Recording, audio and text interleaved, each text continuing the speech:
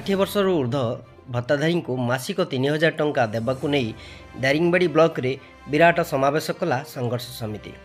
आज दारिंगबाड़ी रे ओडिशा भत्ता प्रदान संघर्ष समिति आह्वान रे कंधमाल जिलार दारिंगबाड़ी स्थित पंचायत समिति कार्यालय सम्मुख में जिला भत्ता संघर्ष समिति पक्षर विराट समावेश करा जायथिला। एही कार्यक्रम रे प्रशांत प्रधान अध्यक्षतार अनुष्ठित होइथिबा जणा पड़िछि। आजिर समावेश को राज्य सभापति विद्याधर महांती जोगदे कहिथिले जे बीजेपी सरकार निर्वाचन संकल्प पत्र घोषणा अनुसार ओडिशार समस्त भत्ताधारी को 3000 टंका प्रदान क्षेत्र में थिबा अवहेला को दृढ़ समालोचना करथिले।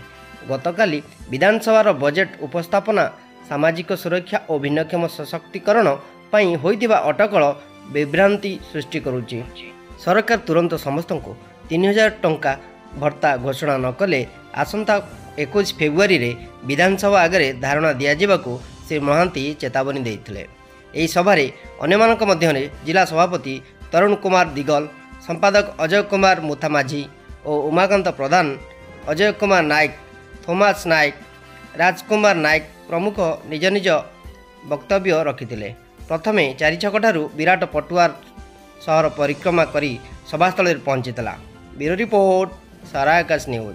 नहीं बोली लोग परिवर्तन करे सरकार को साइड कर दे मोटरसाइकिल मां क्लियर मोटरसाइकिल कर दे स्वाद तरीका सती भाई 24 वर्षर सरकार नवीन पन्ना को खोपाड़ी गले लोक कहले परिवर्तन करिवो।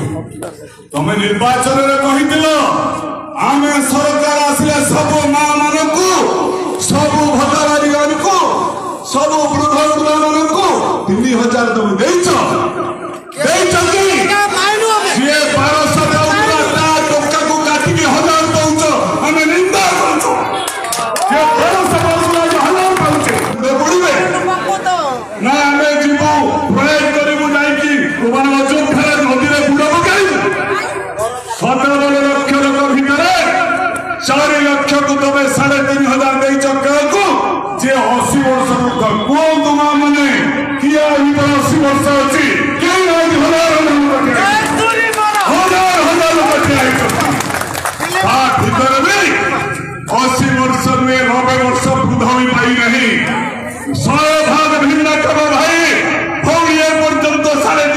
पाई ये जुमला सरकार